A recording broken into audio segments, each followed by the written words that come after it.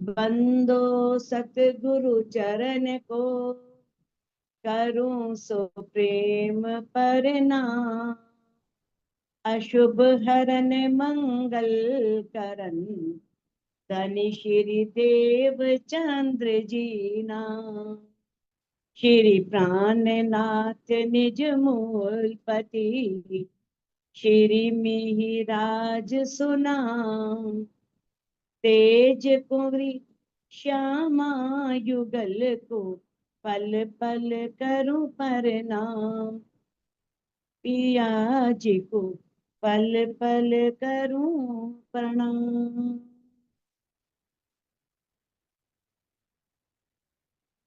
प्रणाम जी, प्रणाम सुंदर साथ जी।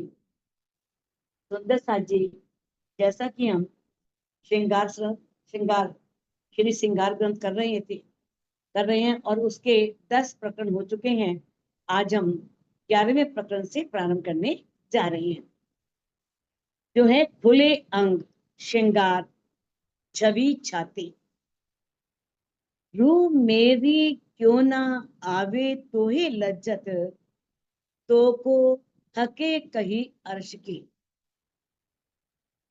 दामदनी अक्षरातीत इंद्रावती जी के धाम हृदय में विराजमान होकर के दामदनी अक्षरातीत ने जो अपने वक्षस्थल के अंदर छिपे हुए कुछ भेद कुछ रहस्य थे, वो भी इस ब्रह्मवाणी में खोल दिए। जो बातें रूहें परम धाम में जानती नहीं थी, वो इस ब्रह्मांड में इस ब्रह्मवाणी के आने से जान सके। अब इसमें मामती जी कह रहे हैं, रूह मेरी क्यों ना आवे तो हे लज्जत। यहाँ पर उन्होंने अपनी रूह को कहा है और उनकी रूह तो लज्जत ले ही रही है, जिसमें खुद धामधनी विराजमान है, परम धाम के 25 पक्षों में घूम रही है, तो वो कैसे लज्जत नहीं लेगी। कहा उन्होंने अपनी रूह को है, लेकिन ये सभी ब्रह्म सृष्टियों को संबोधित किया है, ब्रह्म सृष्टियों को सावचेत किया है कि है मेरी रूह, तुझे लज्जत क्यों नहीं आ रही। इस शब्द में कितनी लज्जत है कि धनी ने क्या कह दिया, तो ये हके कही अर्श की। दामदनी ने क्या बोल दिया कि तुम परम धाम की हो, तुम परम धाम से आई हो, परम धाम की लाडलियां हो। ये शब्द ही कितनी लज्जत देने वाला है, कितना स्वाद देने वाला है, कितना आनंद देने वाला है। तभी तो वाणी में कहा है, वर्णन करे क्या होत है, जो स्वाद न ले निस्बत। खाली वर्णन करने से क्या होता है, जब तक निस्बत उसका स्वाद ना ले, उसका आनंद ना ले। हाँ, ये शब्द आया कि हे रूह, तुम मेरी अंग रूपा हो, तुम ब्रह्मात्मा हो, तुम ब्रह्म सृष्टि हो। अच्छा है, बहुत अच्छा लगता है सुनकर के। लेकिन जब तक रूह एक ब्रह्म सृष्टि होने की वास्तव में लज्जत ना ले, तो क्या, जब उसे ये लज्जत आए कि वास्तव में मैं धामधनी की अर्धांगिनी हूं, मैं धामधनी की ब्रह्मात्मा हूं, जब वो इस निस्बत की मार्फत को समझ जाए, हकीकत को समझ करके कि मैं धनी की अर्धांगिनी हूं, फिर मार्फत को समझे कि धनी और मैं एक हैं। मैं यानी कि ये बात परम धाम में नहीं पता थी। परम धाम में पता होती तो शायद ये इश्क रब्द होता ही नहीं। ये बात ब्रह्मवाणी के आने से अब इस जागने के ब्रह्मांड में रूहों को पता लगी। तो मामती जी कह रहे हैं कि जब धनी इतनी बात कह दे कि तुम परम धाम की हो, तो रूह को वो लज्जत आनी चाहिए। अगर कोई इस संसार का प्रीतम है, बड़े प्यार से अपनी प्रीतमा को पुकारता है, बुलाता है, कि मैं तुमसे बहुत प्रेम करता हूँ, तो वो किस तरह से उसके प्रेम में डूब जाती है। अब धनी बार बार पुकार रहे हैं, धनी बार बार कह रहे हैं कि तुम मेरी ब्रह्म सृष्टिया हो, तुम मेरी अंग रूपा हो, रूह हो, तुम मेरे तन हो, तुम सो इश्क जो मेरे दिल, कि मैं तुम्हें बहुत दिल से इश्क करता हूँ, बहुत प्यार करता हूँ। ये बातें कह रहे हैं। तो एक रूह को उस सिर्फ नाम मात्र से नहीं कह दिया, धनी ने कह दिया कि ऊपर तले अर्श न कैया, अर्श कैया मोमिन कलू।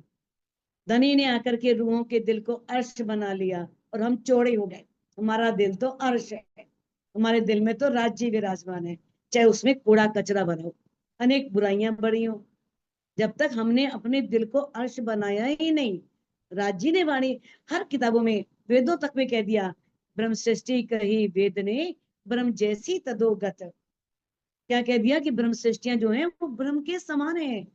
तो ब्रह्म तो आनंद के सागर हैं, प्रेम के सागर हैं, शांति के सागर हैं, माधुर्यता के सागर हैं। और यहाँ ब्रह्मात्माएं क्या कर रही हैं?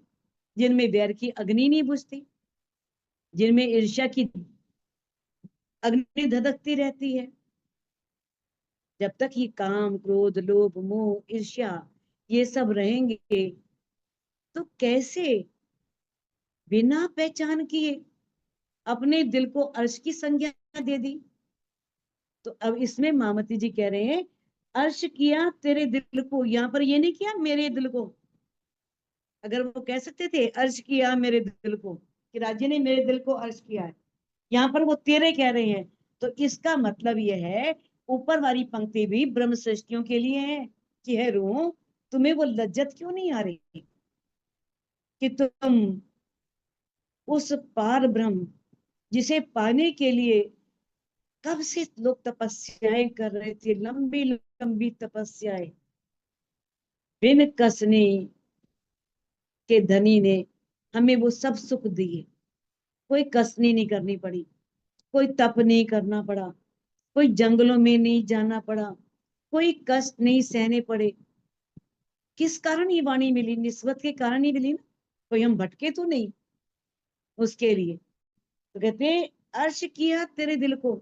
अब इस बात पर विचार करो हे मोमिनो, कि तुम्हारे दिल को धनी ने अर्श बनाया है, वो भी तुम्हारे बिना परम धाम में रह नहीं सके, आ गए फर्श पर। और फर्श पर भी जगह कौन सी चुनी? अपनी प्रीतमाओं के दिल को, उनके दिल को ही धाम बना लिया, उनके दिल को ही खिलबत खाना बना लिया, उनके दिल में ही परम धाम की सारी सामग्री, सारी बिसात लेकर के आ गए। कहते तो ऐसी बढ़ाई हके दई, तुम्हें धामधनी ने इतनी बढ़ाई दी है, इतनी महिमा है। उन्होंने कह दिया लाडलियां लाहुत की, जाकी असल चौथे आसमान, बड़ी बढ़ाई इनकी, जाकी सिफत करे सुभान। कितनी बढ़ाई है, जिसकी स्वयं सुभान, वो पार ब्रह्म, वो अक्षरातीत प्रशंसा कर रहे हैं और कह रहे हैं कि वो परम धाम की लाडलियां हैं, मैं उन्हें कष्ट नहीं दे सकता। किस तरह से मैंने उन्हें वही मूल मिलावे में अपने चरणों में ही बैठाया हुआ है। उनके मूल तन भी यहाँ पर नहीं आए, नूरी नजर भी नहीं यहाँ पर आई, सिर्फ पर आत्म की सुरता यहाँ पर आकर के जीव पर बैठ गई। और कितनी कारीगरी से, कितनी कुशलता से, उससे बड़ा कुशल कारीगर कौन होगा जो परम धाम में अपने चरणों में बैठा करके रूहों को इस माया के ब्रह्मांड में ये खेल दिखा रहा है। और हम क्या बन गए हैं? दृष्टा नहीं, इस खेल के पात्र बन गए हैं। तभी हमें दुख हो रहा है। अगर हम इस खेल के पात्र ना बने, सिर्फ सिर्फ दृष्टा बन करके खेल को देखे, तो कोई दुख नहीं है, कोई कष्ट नहीं है। कल आपने अंतिम में पढ़ा पढ़ा था ना, अंतिम में क्या चुपाई आई थी? मामती जी ने कहा था, लाहा लीजिए दोनों ठोर का, कि तुम दोनों ठोर का लाहा लो। धामधनी ने ये वाणी दी है, इस वाणी से धामधनी की पहचान करके अपनी आत्मा की जागनी करके चितवनी के माध्यम से परम धाम के 25 पक्षों में विचरण करो और इस माया के ब्रह्मांड की भी सुख लो, दोनों ठोर के सुख लो। तो अब ये बताया है कि किस तरह से दामदनी ने कितनी बढ़ाई दी है रूहों को। और यहाँ पर रूहें क्या है, अपनी महिमा मंडित करने में लगी हुई है। जरा सा कुछ वाणी आ गई, जरा सी कुछ वाणी का ज्ञान हो गया और अपने आप को बहुत बड़े विद्वान कहलाना शुरू कर देते हैं, विदुषी कहलाना शुरू कर देते हैं। और किस तरह से अपने नाम के आगे कितने महिमा मंडित शब्द लगा देते हैं। कहते हैं ना, सोई सुहागिन धाम में जो करसी इत रोशन, तोल मोल दिल माफक, देसी सुख सबन। वही सुहागिन होगी उस परम धाम में जो यहाँ पर धामधनी को रोशन करेगी। अपने को रोशन नहीं करना, अपनी आत्मा के प्रीतम की सबको पहचान करानी है, अपने आत्मा के प्रीतम को सबके आगे जाहिर करना है, प्रकट करना है। तो कहते हैं, धामधनी कह रहे मैंने तो अकेले ने सारे धर्म ग्रंथों में सभी जगह प्रमाण दे दिए और कितनी मोमिनों की सिफत लिख दी। अब सब मोमिन मिलकर के क्या करते हैं, किस तरह से अपने इस फर्ज को निभाते हैं, अपने उत्तरदायित्व को निभाते हैं। जो कदी तय आई नहीं, तामे हक का है हुक्म। चलो मामती जी कह रहे चलो ये मान भी ले, जो कदी तय आई नहीं, मानो तुम कभी आई ही नहीं इस ब्रह्मांड में, परम धाम में ही हो, परम धाम से आई नहीं, तो भी राज्य के हुक्म से तो जुड़ी भी हो, कि राज्य के हुक्म से भी जुड़ी नहीं हो, राज्य की दिल की इच्छा से भी नहीं जुड़ी हो। कहते तामे हक का है हुक्म। तो कहते हैं जैसे एक व्यक्ति है, मानो सपन देख रहा है और सपन में उसका जो मन है, मन की एक एक्टिविटी, क्रियाशीलता वैसा ही एक तन खड़ा कर लेती है, वैसी ही शोभा वाला, वही नाम, वही कार्य, सब कुछ वैसा ही वो देखती है, वैसा ही वो सपन में अनुभव करती है। लेकिन वो वास्तव में होता तो नहीं है। जैसे ही सपन टूटता है तो वो किस तरह से पहले की तरह, यानी कि जैसे पहले इस ब्रह्मांड में थी वैसे अपने आप को मानती है, वैसा मानती है। तो उसी प्रकार से जो पर आत्म है, पर आत्म का नूरी तन इस ब्रह्मांड में कभी भी नहीं आ सकता। धनी ने कह दिया ना, अर्श की एक कांकड़ी उड़ावे 14 तबक। एक कंकड़ी में इतना बल है, एक कण में, एक छोटी सी कंकड़ी में वो इस ब्रह्मांड के अनेक पुर्जे कर दे, उड़ा दे। तो फिर रूहें कैसे आ जाएंगी बताओ, कभी भी नहीं आ सकती। अब राज्य के आदेश से, जैसे राजा जनक की कहानी को समझ लो, राजा जनक ने कहा था कि मैं कैसे राज्य करूं, मैंने तो मन दे दिया है। फिर किस तरह से उन्हें कहा गया था कि हे राजा जनक, अब तुम हमारे आदेश से राज्य करो, हम आदेश दे रहे हैं, आपने राज्य करना है। और किस प्रकार से जब उनके पास सुखदेव जी आए थे और लगा कि अरे ये राजा जनक सोने के सिंहासन पर, इतने सुंदर रेशमी वस्त्र, ये मुझे क्या ज्ञान देगा। तो राजा जनक ने उसकी बात को समझ लिया था और क्या कहा था कि ये मेरे लिए कुछ भी नहीं है, ये मेरे लिए मेरे पैरों के नीचे है सब। ये मैं अपने गुरु के आदेश से, क्योंकि राजा को ये सब कुछ धारण करना पड़ेगा, लेकिन मेरे लिए इन चीजों का महत्व नहीं है। ऐसे ही एक रूह जो पर आत्म की सूरता है, इस संसार में आकर जीव के ऊपर बैठ रही है और माया का खेल देख रही है। तो अब ये निश्चित है कि सूरता का नाम पर आत्म वाला ही होगा। जब सूरता अपने आप को ये मान लेगी कि मैं राज्य की ब्रह्म अंगना हूं, ये दृढ़ निर्णय कर लेगी, तभी तो कहा है जो मूल तन है अपने, जाको कहिए पर आत्म संग लेके के लिए संग खसम। जब जीव अपने आप को आत्म भाव लेगा, जीव कहेगा मैं जीव नहीं हूं, मैं जीवात्मा हूं, मैं आत्म भाव ले लेगा, और आत्म पर आत्म का भाव लेगी, तो कहते हैं कि अब राज्य के, चलो मान लिया कि नहीं आए यहाँ पर, लेकिन राज्य के आदेश से तो जुड़े हैं। जैसे राजा जनक अपने गुरु के आदेश से जुड़े थे, तभी तो उन्हें विधेय कहा गया, विधेय अवस्था वाला कहा गया। तो इस प्रकार से हम जो रूहें हैं जो यहाँ पर आई हैं, जो परात्म की सुरता है, वो राज्य के हुक्म से तो जुड़ी है ना। कहते हुज्जत दई तो को अर्ज की। अब राज्य ने तुम्हें परम धाम की हुज्जत दी है। हुज्जत दावा, हुज्जत जानते हो, जो इंद्रावती जी ने सिंधी भाषा में किया दावा। हुज्जत, राज्य ने तुम्हें किस प्रकार से दावा लेने की शोभा तो दी है ना। तुम दावा ले सकती हो, मैं राज्य की ब्रह्मात्मा हूँ, मैं राज्य की ब्रह्म सृष्टि हूँ। दिया बेशक अपना इल्म, और उन्होंने इस ब्रह्म वाणी के माध्यम से, जिसमें कोई शक नहीं है, कोई संदेह नहीं है, ऐसा इल्म दिया।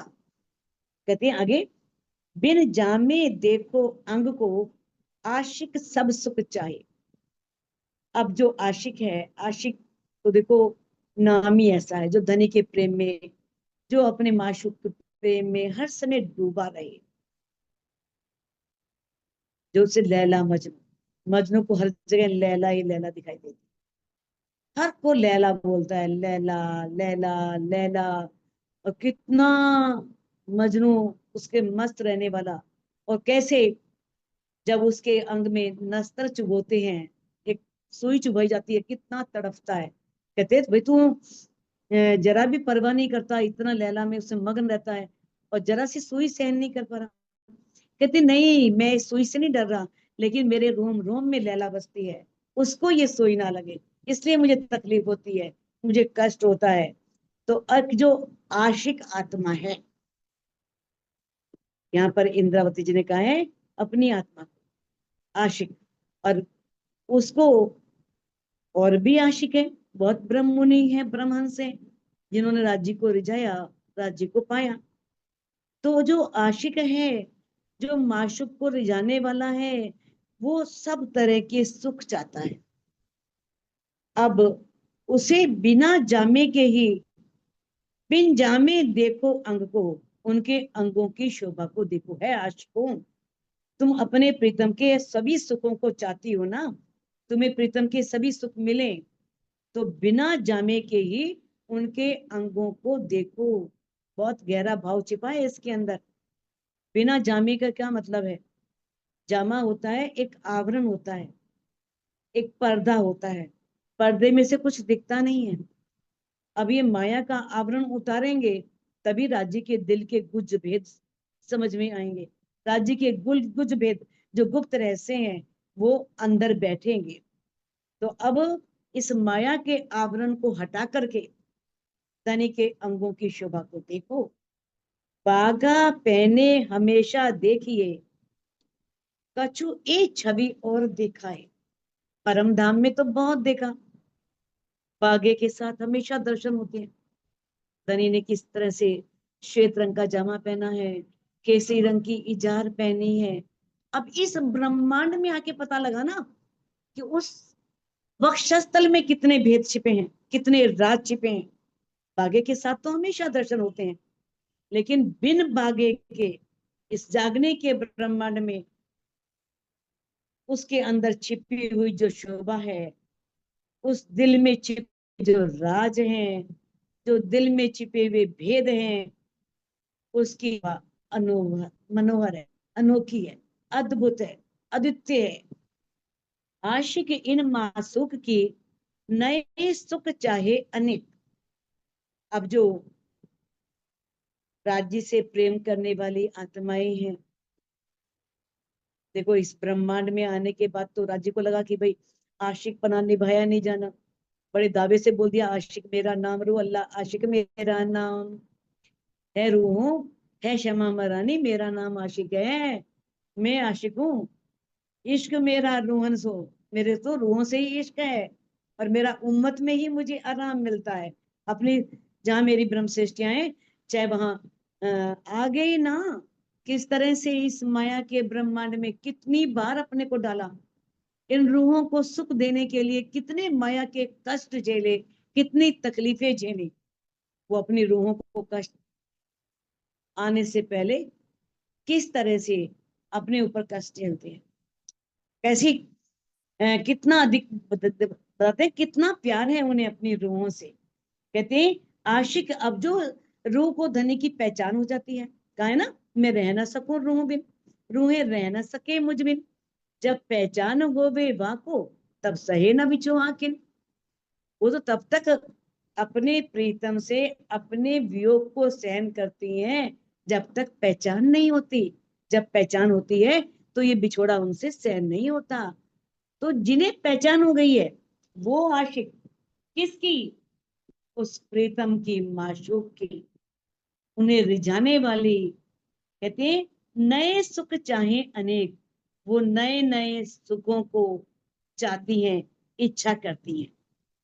अब जो प्रेम है ना, प्रेम जैसे एक वृक्ष है, तो कहते हैं वृक्ष के सौंदर्य है तो उसके जल से जब सिंचित होता है प्रेम से, तो बढ़ता है, वृक्ष बढ़ता है, और उसका जो फल होता है ना वो बहुत आनंद देने वाला होता है, बहुत आनंद देता है।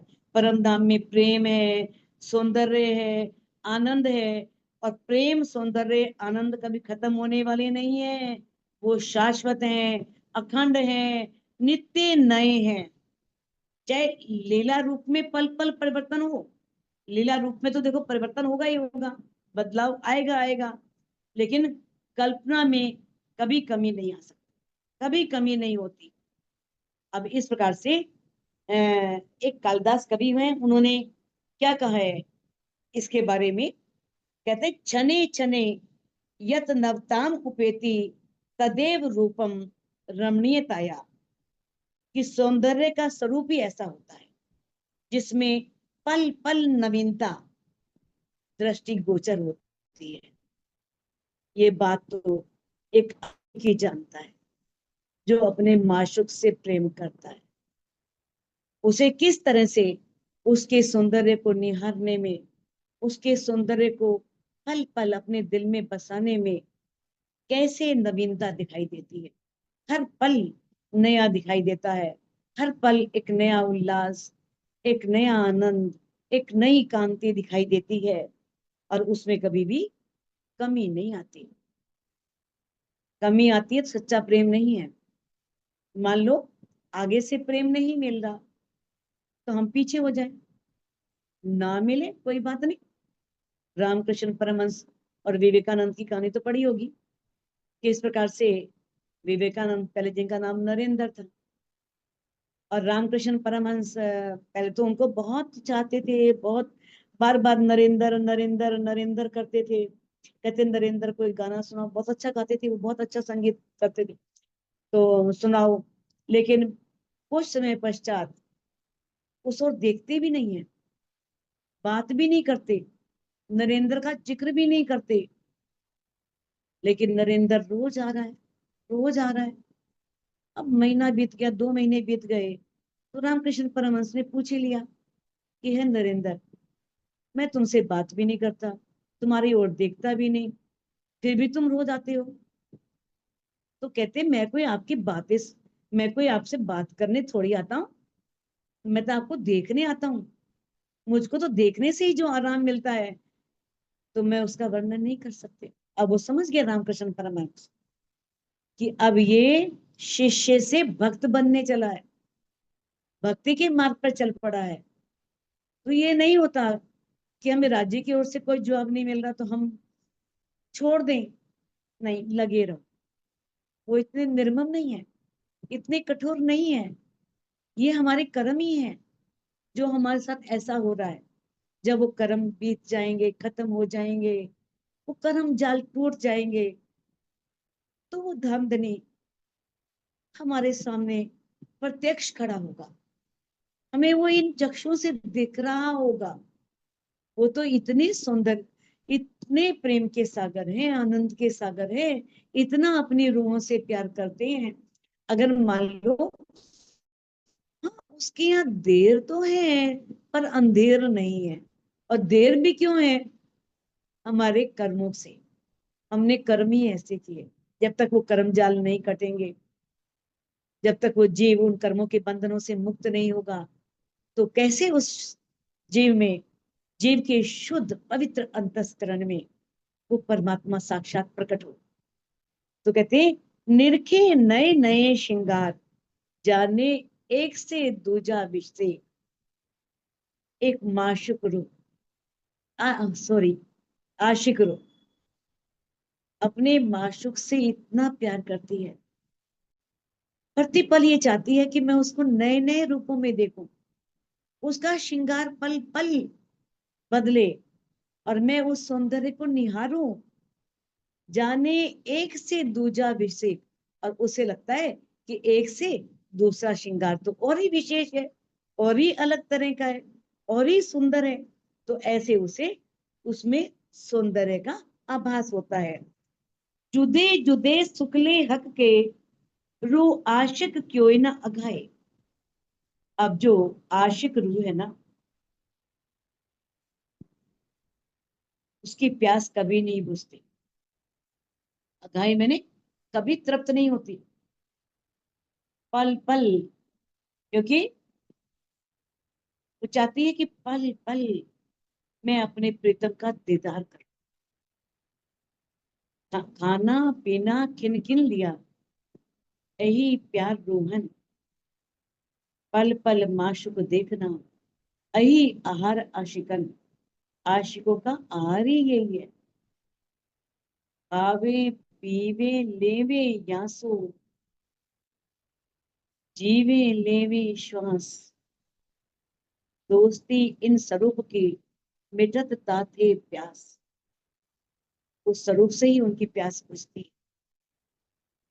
तो कहते हैं कि किस तरह से आशिक क्यों ये ना अघाए, जो आशिक रूह है वो कैसे तृप्त हो जाए। वो राज्य के अलग अलग सुखों को लेना चाहती है, राज्य के अलग अलग श्रृंगारों को देखकर अलग अलग प्रकार के सुख लेना चाहती है। ताथे जुदा जुदा वर्णन, सुख आशिक ले दिल चाहे। और इस प्रकार से ताथे, इसीलिए वो अलग अलग तरह से वर्णन करके वो आशिक रूह आनंद लेती है, सुख का अनुभव करती है, क्योंकि उसकी आत्मा की प्यास बुझती ही नहीं है। वो पल पल माशूक को निहारती है, नए नए श्रृंगार देखती है, नए नए श्रृंगार से उनको सजाती है, देखती है, और उस स्वरूप को पल पल देखना चाहती है। तो कहते हैं आशिक ताते जुदा जुदा वर्णन, इसीलिए अलग अलग वर्णन करके ही वो आनंदित होती है। तो कहते हैं प्रेम सौंदर्य आनंद, इसका सागर अथाह है, इसकी कोई सीमा नहीं है। इसमें जितना गोता लगाओ ना, उतना ही ऐसा अनुभव होगा कि अभी भी कुछ है, अभी और नीचे जाया जाए, अभी और आगे जाए।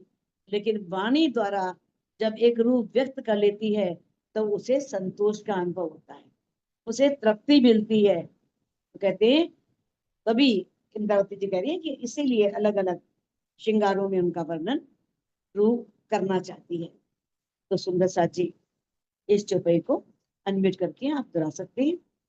जुदे जुदे सुखले हक के, जुदे जुदे जुदे हके, रूह आशिक क्यों ए ना अगाए। रूहे आशिक क्यों न अगाए। अगाए। ताथे जुदा जुदा वर्णन, ताथे जुदा जुदा वर्णन, सुख आशिक ले दिल चाहे, सुख आशिक ले दिल चाहे। दिल बोलिए चाहे। प्राणनाथ प्यारे प्यारे